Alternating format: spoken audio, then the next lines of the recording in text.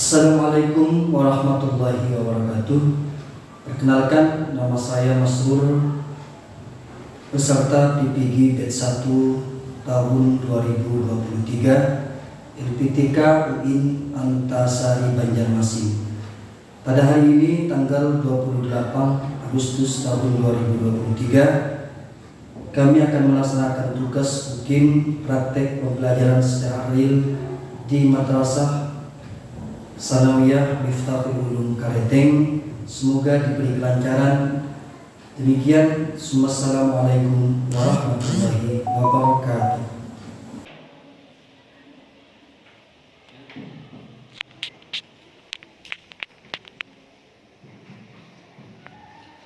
Assalamualaikum warahmatullahi wabarakatuh. Waalaikumsalam warahmatullahi wabarakatuh. Apa kabar semuanya, anak? Alhamdulillah ya. Jadi sebelum pembelajaran dimulai, Pak Guru ingin menyiapkan terlebih dahulu. Coba dicek di bawah kursinya masing-masing. Yuk dicek, ada sampahnya sudah bersih semua ya. Alhamdulillah ya. Kemudian sebelumnya Guru ingin terlebih dahulu untuk mengabsen dulu. Takutnya nanti ada yang tidak hadir ya. Oke, saya absen dulu. Ebi, Kaila, Umma, Ila, Rina, Zahira, Jalil, Khifa, Fika, Tika, Fitri, Eki, Cika. Baik, ini semua berarti hadir. Alhamdulillah masih bisa hadir semua ya, bisa melaksanakan pembelajaran. Sebelum pembelajaran dimulai, mari kita buka dengan pembacaan doa ya. Terlebih dahulu nanti akan dipimpin oleh ketua kelas, yaitu Ibi. Jadi silakan Ibi dimulai sama-sama ya. Berdoa mulai. Bismillahirrahmanirrahim. Rabbi shrah li sadri wa yassir li amri wahlul 'uqdatam min lisani yafqahu qawli. Rabbi zidni ilma warzuqni fahma. Allahumma nawwir qalbi binuri hidayatika kama nawwartal arda binuri syamsika. Allahumma nawwir qalbi binuri hidayatika kama nawwartal arda binuri syamsika. Birahmatika ya arhamar rahimin. Nawaitu ta'alluma li'ihlai kalimatillah. Baik, terima kasih. Jadi sebelum memulai pembelajaran pada hari ini, jadi Pak Guru ingin mengingatkan terlebih dahulu tentang pelajaran sebelumnya. Jadi pada pelajaran sebelumnya sudah kita terangkan tentang strategi dakwah Nabi Muhammad di kota Makkah. Di kota Makkah ya, di kota Makkah ada dua strateginya. Dan itu berdakwah secara diam-diam ya kan? Kemudian apa lagi? Secara berapa tahun Nabi berdakwah secara diam-diam? 3 tahun. Alhamdulillah, ini masih ingat semuanya tentang pelajaran yang sebelumnya. Kemudian pelajaran hari ini adalah tentang strategi dakwah Nabi Muhammad di kota Madinah. Paham ya? Jadi pelajaran hari ini adalah tentang strategi yang dilakukan Nabi waktu di kota Madinah. Jadi sebelumnya anak-anakku sekalian, kita pelajari tentang strategi ini. Apa tujuannya? Jadi tujuan kalian nanti setelah berdiskusi adalah menganalisa tentang apa saja strategi yang dilakukan Nabi waktu di kota Madinah. Nah, sehingga Nabi diterima dengan baik oleh umat Islam atau orang-orang di kota Madinah.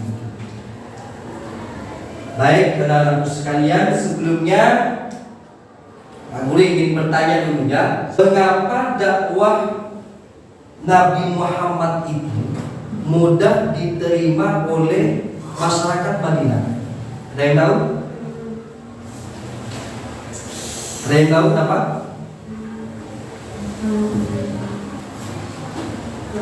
Ada yang tahu? Saya Pak. Ya. Kenapa? Rasulullah SAW membekali diri dengan kebaikan, ketakwaan, keikhlasan, akhlak mulia dalam membimbing sehingga menimbulkan simpati dan audien mudah menerima ajakan atau ajaran Islam. Oke, siap, bagus. Jadi suaranya kurang keras ya. Keras ya. Benar.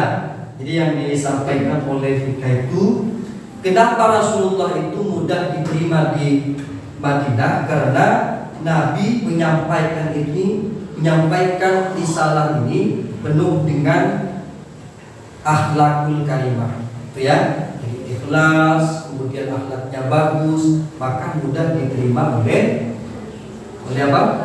Masyarakat di kota Madinah. Kemudian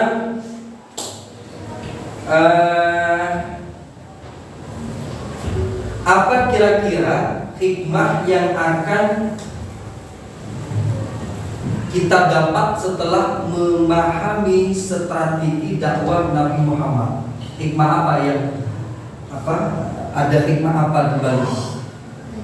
Nah, oke. Satu, persatuan dan saling menghormati antar agama. Ya. Dua, mengembangkan tolong menolong antara yang kuat dan yang lemah, yang kaya dan yang miskin. Tiga, memahami bahwa umat Islam harus berpegang menurut aturan Allah SWT. Empat,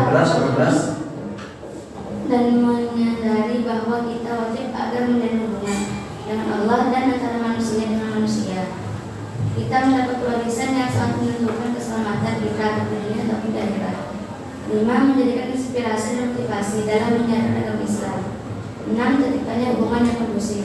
Betul ya. Jadi di antaranya ya, kemudian juga tolong menolong, kemudian terciptanya hubungan yang kondusif antara beberapa kelompok-kelompok di kota Madinah. Itu yang dapat kita ambil hikmahnya. Itu juga dalam keseharian kita ini. Jadi untuk selanjutnya anak-anak sekalian, maka kita akan memasuki untuk pelajaran hari ini, yaitu nanti Pak Guru akan menampilkan video ya. Jadi tugas kalian adalah menyimak video dengan sebaik-baiknya. Paham? Jadi disimak betul.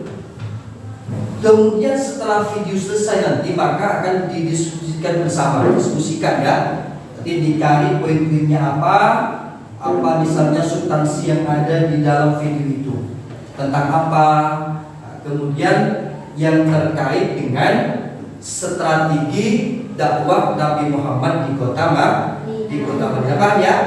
Jadi nanti kalian bisa mengambil dari LKS-nya, sumber belajarnya, kemudian juga bisa melalui Google ya, Google, cari referensi atau literatur sebanyak-banyaknya tentang apa saja strategi Nabi Muhammad yang dilakukan di kota Madinah. Paham ya? Baik. Jadi selanjutnya tolong disimak baik-baik. Guru akan menampilkan video atau materi pada pelajaran hari ini tentang strategi dakwah Nabi Muhammad SAW. Tolong diperhatikan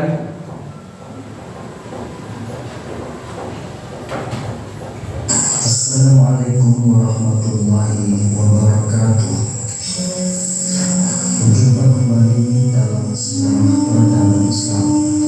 Adapun materi yang akan kita pelajari pada pertemuan kali ini adalah strategi dakwah Nabi Muhammad SAW di kota Madinah. Pada hari Jumat tanggal 12 Rabiul Awal atau 27 September 2022 Masehi tiba di kota Yathrib. Kota Yathrib mempunyai makna menjadi atau memaki. Kemudian Nabi Muhammad merubah menjadi Madinah Al-Munawwarah yang bermakna pusat peradaban yang dipenuhi dengan cahaya atau Madinatul Nabi, kota Nabi. Muslim Dan hal-hal yang penting di dalamnya kaum yang akan muhajirin atau kaum penolong. Kemudian Nabi Muhammad SAW menentukan langkah-langkah utama untuk membangun masyarakat baru.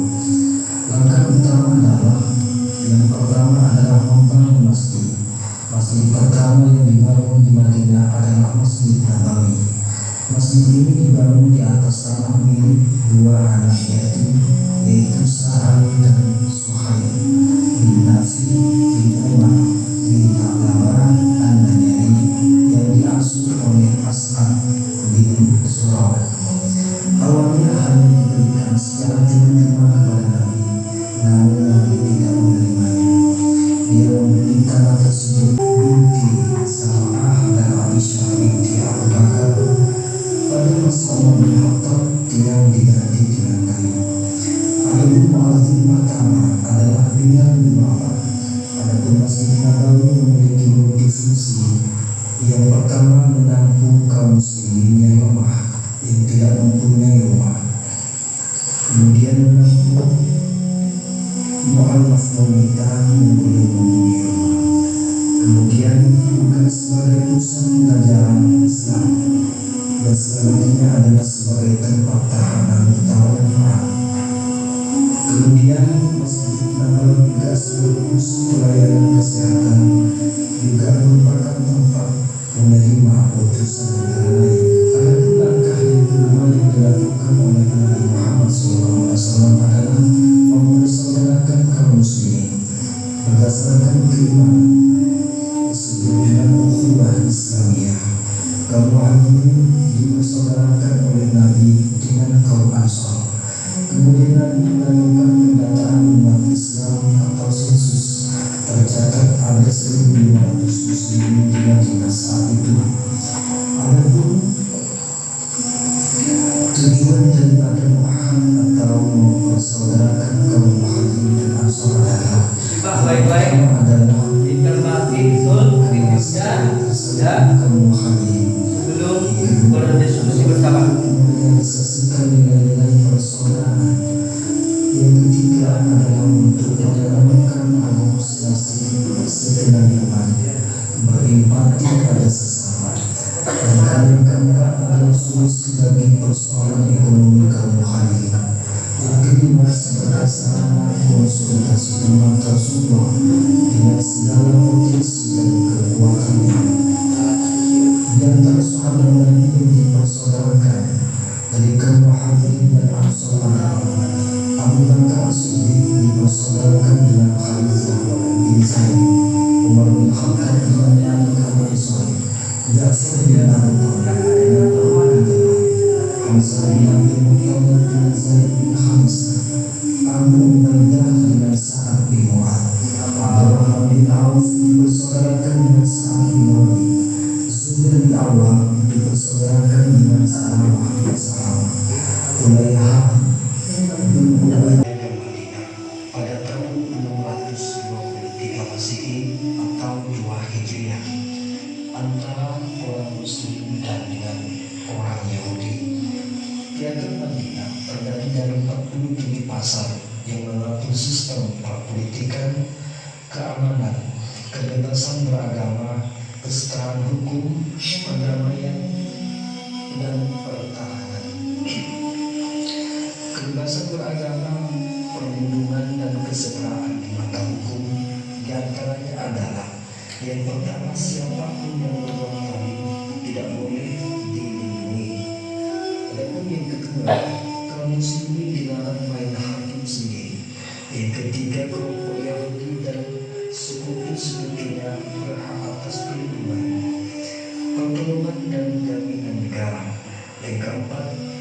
muslimin dan Yahudi bersama sekutunya diberi kebebasan untuk menjalankan agama masing-masing.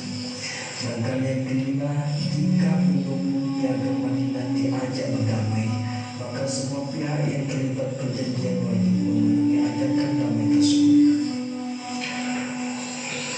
Dalam upaya membangun perekonomian masyarakat Madinah, langkah-langkah yang dilakukan lagi diantaranya adalah satu, mempersaudarakan kaum Muhajirin dan Ansor. Yang kedua, atau menempatkan Ahlu Sufah tinggal di masjid. Kemudian yang ketiga, bekerja sama dengan kaum Ansor untuk menciptakan lapangan pekerjaan bagi kaum Muhajirin. Yang keempat, Nabi menganjurkan kaum Muhajirin yang mempunyai pengalaman untuk berprofesi sebagai pedagang. Yang kelima, bagi kaum Muhajirin yang tidak mempunyai modal, maka Nabi menganjurkan mereka bekerja sebagai petani. Yang keenam, setelah menerima perintah zakat, pembinaan perekonomian umat Islam lebih mendapat perhatian. Yang ketujuh, lapangan pekerjaan dari kaum Muhajirin yang berprofesi sebagai pedagang diantaranya adalah Abu Bakar, Utsman bin Affan dan Abdurrahman bin Auf. Namun yang tidak mempunyai modal yang bekerja sebagai petani diantaranya adalah Umar bin Khattab dan Ali bin Abi Thalib. Setelah adanya perintah zakat, Nabi pun mengoptimalkan pembagian zakat. Meskipun dakwah Nabi hanya dinahan 10 tahun, namun dakwah tersebut mendapatkan kesuksesan yang luar biasa. Di antara faktor yang membuat dakwah Nabi Muhammad berjalan sukses adalah yang pertama, memelihara persatuan dan persaudaraan umat Islam. Yang kedua, saling menghargai dan mencintai sesama manusia. Yang ketiga, adanya keteladanan dalam berbuat. Dan yang keempat, Nabi Muhammad mendapatkan petunjuk dan bimbingan dari Allah Subhanahu wa Ta'ala. Sekian pembahasan kita dalam pertemuan kali ini. Insyaallah kita sambung dalam pertemuan selanjutnya. Semoga bermanfaat. Wassalamualaikum warahmatullahi wabarakatuh. Baik, anak-anakku sekalian. Jadi ini tadi materi yang telah kita simak ya, tentang strategi dakwah Nabi Muhammad di kota. Jadi sebagaimana yang telah aku sampaikan tadi, bahwa kalian sekarang ini akan dibagi menjadi 3 kelompok, paham? Nah, tiap kelompok nanti akan mendiskusikan itu, dan hasilnya nanti akan kasih waktu 10 menit ya untuk mendiskusikan dan merangkum hal-hal penting terkait dengan strategi dakwah Nabi Muhammad itu.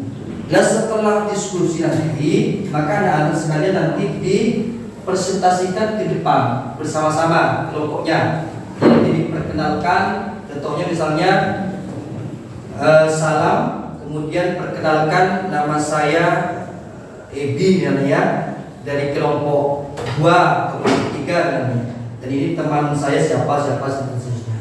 Nanti baru dibaca hasil diskusinya, paham? Paham ya? Oke, siap.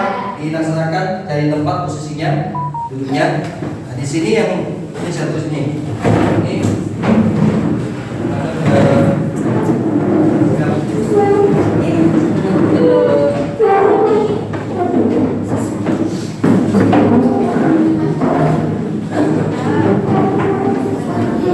bisa juga LKS-nya, bisa juga dari HP-nya nanti dijadikan satu biar hasilnya memuaskan.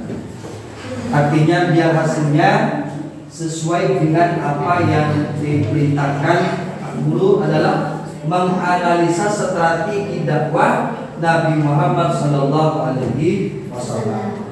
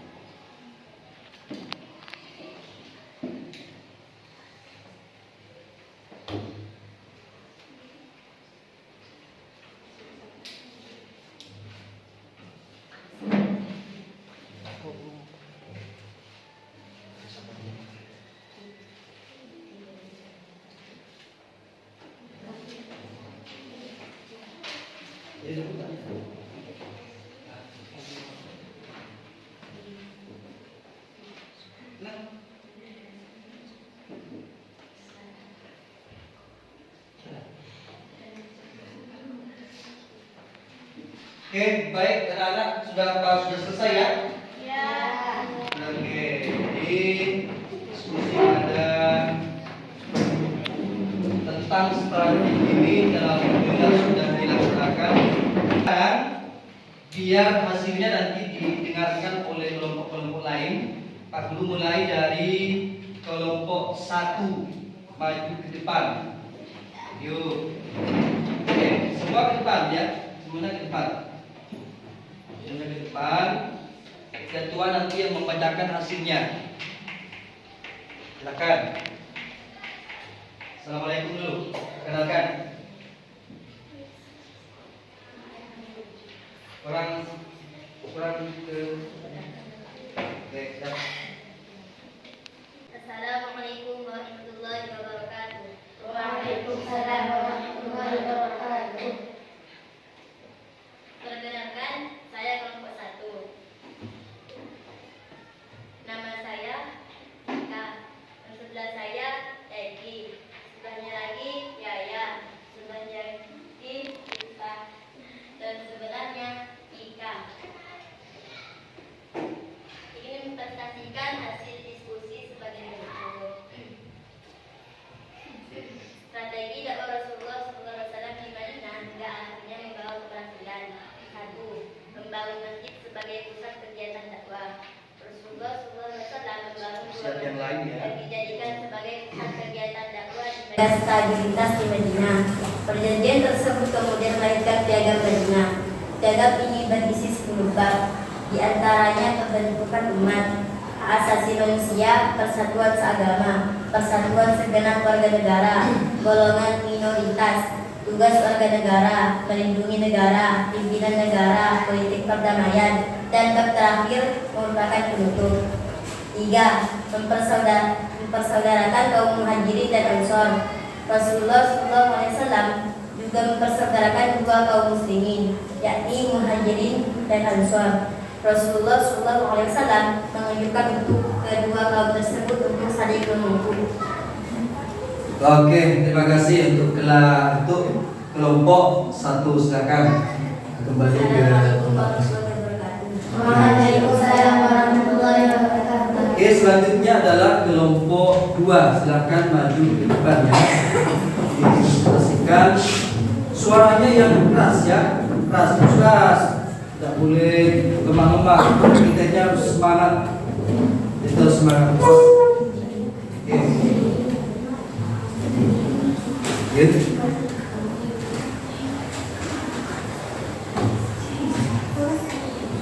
Assalamualaikum warahmatullahi wabarakatuh. Waalaikumsalam warahmatullahi wabarakatuh. Perkenalkan, saya dari kelompok 2. Nama saya Ebi dan sebelah saya Nina dan Bu Ummah, Jalila dan Keke. Yang dibaca yang keras. Kami ingin mempresentasikan hasil diskusi, yaitu sejak Nabi Muhammad hijrah dari Mekah ke Madinah pada tahun 622 Masehi. Sejak perkembangan Islam memasuki babak Islam yang muncul di kota Mekah, akhirnya juga diterima dan berkembang di Madinah. Nabi Muhammad melanjutkan perjuangan dakwah di kota Madinah selama 10 tahun dan menggunakan berbagai metode untuk syiar Islam. Berawal dari pertemuan dengan perwakilan suku Aus dan Khazraj di Mekah, Rasulullah mendapat jaminan ketika pindah ke Madinah. Berbekal jaminan dari suku Aus dan Khazraj inilah Rasulullah di Madinah berhasil. Baik, terima kasih untuk kelompok 2. Beri tangan dulu, tangan ya. Oke, silakan ke tempat semula. Kemudian untuk kelompok 3 silakan maju ke depan. Yang tegas, yang keras, suaranya harus keras. Sini, sini. Oke. Ini kalau ini. Oke, yuk. Perkenalkan dulu, assalamualaikum. Perkenalkan. Assalamualaikum warahmatullahi wabarakatuh. Waalaikumsalam warahmatullahi wabarakatuh. Perkenalkan saya Bapak Ida, nama saya Jadi. Ini sudah saya buka dari tulis, Zaira, Eva. Kami ingin mempresentasikan hasil diskusi kami. Strategi dakwah yang dilakukan Nabi Muhammad SAW setibanya di kota Madinah adalah ada 4 substansi metode dakwah yang dilakukan Rasulullah pada periode Madinah, yang meliputi pembinaan akidah, ibadah, dan amanah kaum muslim. Pembinaan ukhuwah untuk menentukan kaum muslim. 1. Membangun masjid sebagai pusat kegiatan dakwah. 2. Melakukan perjanjian dengan kaum Yahudi Madinah. 3. Mempersaudarakan kaum Muhajirin dan Ansor. 4. Membangun ekonomi rakyat dengan mendirikan pasar. Hal pertama yang Rasulullah SAW lakukan begitu beliau sampai di Madinah ialah membangun sebuah masjid. Masjid yang pertama ini didirikan di desa Kuba, sehingga disebut dengan Masjid Kuba. Adapun lokasi pembangunan masjid beliau beli dari 2 orang anak yatim yang bernama Sahal dan Suhail bin Amr. Setelah membangun masjid Kuba tersebut, Rasulullah SAW membangun lagi masjid lain yang kemudian dinamakan dengan Masjid Nabawi. Beliau kemudian juga menempati salah satu sudut masjid tersebut, dan ada 2 kamar di sana untuk 2 orang istri Nabi Muhammad, Aisyah dan Saudah. Sekian dari kami, terima kasih. Assalamualaikum warahmatullahi wabarakatuh. Waalaikumsalam warahmatullahi wabarakatuh. Oke, beri tepuk tangan untuk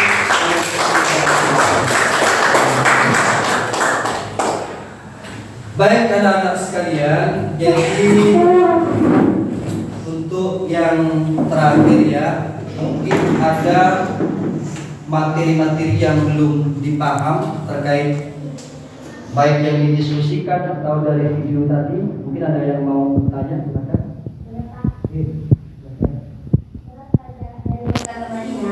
Nah, ini penting juga untuk diketahui ya. Jadi karena apa? Karena dulu di zaman Rasulullah itu tidak ada kendaraan seperti sekarang ini, gitu ya. Sekarang ini kan ada mobil, ada apa lagi? Bis atau kereta cepat. Kalau dulu itu mungkin jalan kaki ataupun dengan naik onta itu dulu. Di sejarahnya, kalau misalnya diperbandingkan ya, kalau dari Mekah ke Madinah itu kalau misalnya jalan kaki itu kurang lebih 101 jam. Berapa itu? 101 jam. Artinya berarti dalam kalau di kilometer itu 497 kilometer dari Mekah ke Madinah. Kalau naik kendaraan itu bisa 6 jam sampai 6 jam. Jadi berarti sama dengan dari Bawean ke Gresik ya, itu sekitar 6 jam. Atau kalau misalnya kereta cepat lebih cepat lagi itu bisa 2 jam sampai 2 sekarang. Oke, paham ya? Ya. Kemudian ada lagi yang mau bertanya, silakan. Tidak ada? Ya, silakan. Saya kurang paham tentang suku Aus dan Khazraj itu, Pak. Oke. Jadi suku Aus dan Khazraj itu adalah 2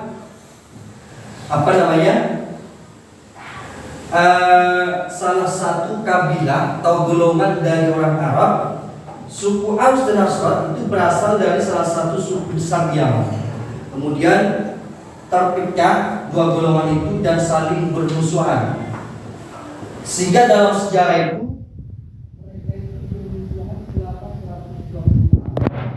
kemudian baru setelah datangnya Nabi Muhammad ke Madinah, mereka kembali bersatu.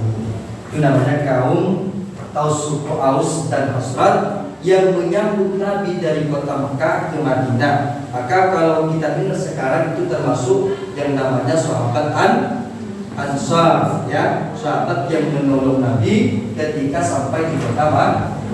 Baik anak-anak sekalian, ini untuk mengakhiri pada pembelajaran hari ini, mari kita simpulkan bersama-sama ya. Jadi kesimpulannya itu sebetulnya sudah dibacakan oleh kelompok satu tadi ya. Yang pertama, yang bagian strategi Nabi Muhammad adalah apa? Membangun Masjid Nabawi. Itu yang pertama. Jadi Nabi Muhammad sampai di kota Madinah itu membangun tempat ibadah yang dikenal dengan Masjid Nabawi atau Masjid Al-Munawwarah. Sekarang itu bukan hanya sekedar tempat ibadah, tapi juga dijadikan tempat pelayanan kesehatan, kemudian tempat pertemuan, pemerintahan. Jadi orang-orang yang lemah bisa numpang di atau bertempat tinggal di masjid. Itu yang pertama. Yang kedua, coba belajar Melakukan perjanjian dengan kaum Yahudi. Oke, melakukan perjanjian dengan orang-orang Yahudi. Apa di antara perjanjiannya adalah saling memberi keamanan di antara mereka, dan di antara orang-orang yang beragama itu boleh melaksanakan agamanya masing-masing dengan keamanan. Itu di antaranya. Banyak sebetulnya nanti akan Ibu sampaikan di pelajaran selanjutnya. Apalagi? Nomor 3, mempersaudarakan sahabat Ansar dan Muhajirin ya. Jadi ada sahabat Ansar seperti Abu Bakar, Umar, Utsman, Ali itu dipersaudarakan dengan orang-orang Ansar. Biar apa? Biar mereka akrab dan tidak saling bermusuhan itu. Kemudian yang keempat apa? Membangun ekonomi rakyat dengan mendirikan pasar. Membangun ekonomi dengan membangun pasar. Jadi pasar itu dulu terletak di selatan Masjid Nabawi. Apa tujuannya? Untuk mempekerjakan orang-orang. Maka Nabi punya menginstruksikan waktu itu orang-orang yang punya modal maka disuruh berdagang, seperti misalnya Abu Bakar, kemudian juga Sayyidina Utsman, itu kan orang kaya ya, dia punya modal disuruh berdagang. Kemudian orang-orang yang tidak punya modal seperti Sayyidina Umar, kemudian Sayyidina Ali waktu itu, maka disuruh bekerja sebagai petani. Paham ya? Jadi itu kesimpulan pada pertemuan hari ini. Anak-anakku sekalian, dan sebelum Pak Guru tutup, maka untuk pembelajaran yang akan datang adalah yang di kota Madinah atau perpolitikan juga di kota Madinah. Paham ya? Baik, anak-anak sekalian, bagaimana pembelajaran hari ini? Senang? Kalau senang? Kalau senang? Benar? Ditampilkan ada videonya gitu ya. Nanti untuk pertemuan selanjutnya nanti Pak Guru akan juga menampilkan video tentang sejarah perkembangan baik kebudayaan, perpolitikan atau ekonomi di kota Madinah. Demikian untuk pertemuan hari ini, mari kita tutup dengan pembacaan doa yang dipimpin oleh ketua kelas. Silakan. Berdoa mulai. Bismillahirrahmanirrahim. Subhanakallahumma wa bihamdika asyhadu an la ilaha illa anta astaghfiruka wa atubu ilaik. Baik, terima kasih dan Pak Guru akhiri. Assalamualaikum warahmatullahi wabarakatuh. Waalaikumsalam warahmatullahi wabarakatuh.